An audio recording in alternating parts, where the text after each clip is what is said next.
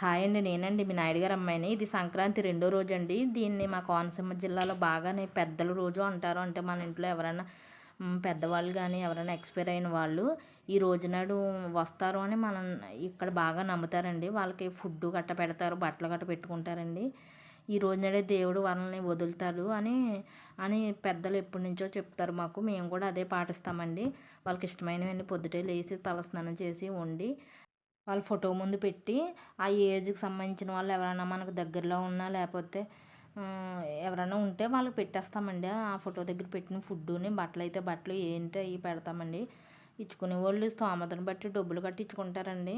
మన స్తోమతను బట్టి ఇచ్చుకుంటాం అన్నమాట అండి. కానండి అందరూ ఇది మూఢనమ్మకం అని అనుకుంటారు కానండి, ఇది మన పెద్దలు ఎప్పటి నుంచో పెట్టిన ఆచారం కదండి. మనం పాటించుకోవాలి. కానీ మనం చనిపోయిన తర్వాత కూడా వాళ్ళు మన చుట్టూ తిరుగుతారు, మన మన మంచి చెడులు చూస్తారని అది నిజం కూడానండి.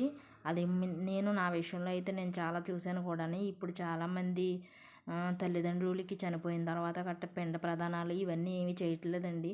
వాళ్ళ ఫ్యామిలీలో ఇప్పుడు ఎక్కడికన్నా పెళ్ళిళ్ళు కుదరట్లేదు, ఏమన్నా కుదరట్లేదు, ఇంట్లో మంచి జరగట్లేదని చాలామంది పొంతుల దగ్గరికి అక్కడికి ఇక్కడికి వెళ్తుంటే మీ పితృదేవతలకు మీరు పిండాలు కట్ట పెట్టట్లేదు, అవే పితృశాపాలు అంటున్నారు కానండి, అవి నిజమేనండి.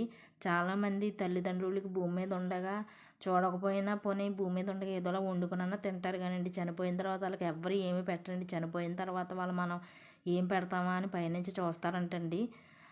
మిగిలిన వాళ్ళు మీ వాళ్ళు ఏం పెట్టలేదని ఆక్షేపిస్తారంట.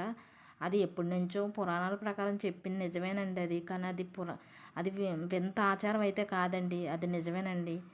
మీరు నమ్మినా నమ్మకపోయినా అది నా వరకు అయితే నిజం.